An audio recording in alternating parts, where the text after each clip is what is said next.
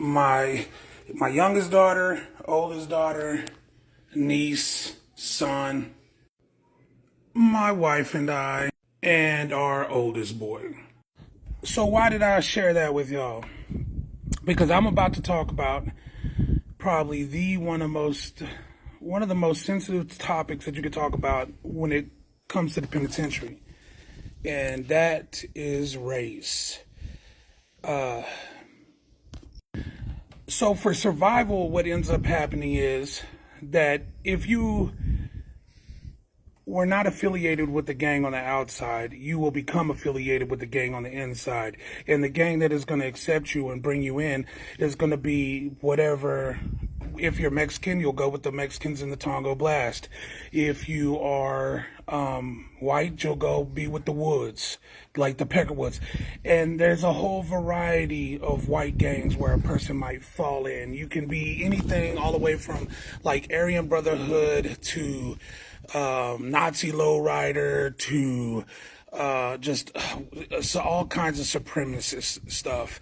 And in Mexicans, you just don't have to go with Tongo Blast. It's just the biggest. You could be in Texas a Tri-City Bomber. You could be a Pistolero. You can be many things, right? If you're black, there's definitely different black gangs. There's the Mandingo Warriors. There is Bloods and Crips and things like that. And everything is kind of segregated by race as far as that goes. Now, that's not to say that you won't every once in a while, once in a blue moon, you're going to run across like a white guy that grew up in a Mexican neighborhood or something, and their wife might be Mexican or something, and they try to fall in with Tongo Blast, where they get all tattooed up like that. And I think they're probably a lot more lenient than a lot of other gangs and stuff. But, I've met one white guy in AdSeg that was a Hoover Crip. And I cannot express to you the amount of hell he probably got in population before he got segged. Because remember, just being a Crip isn't going to put you in seg. He's going to have to put in all kinds of work and prove himself. And what do you do if a race riot kicks off, right? All right, so here's another like little story, right? I had two SSIs.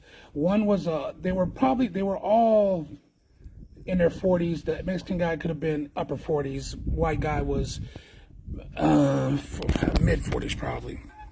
And I was in my late 20s, right, pushing 30.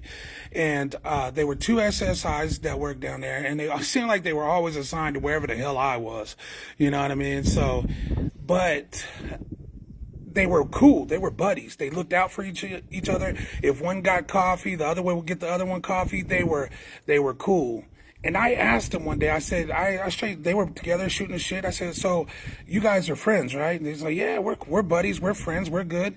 And I said, well, what happens if it kicks off? What happens if there's like a race riot occurs and like you see, or how about this? It's already 3 minutes and 30 seconds in. I'll tell you the remainder of this and everything else, because there's a lot in part 2. But this is race in the state of Texas.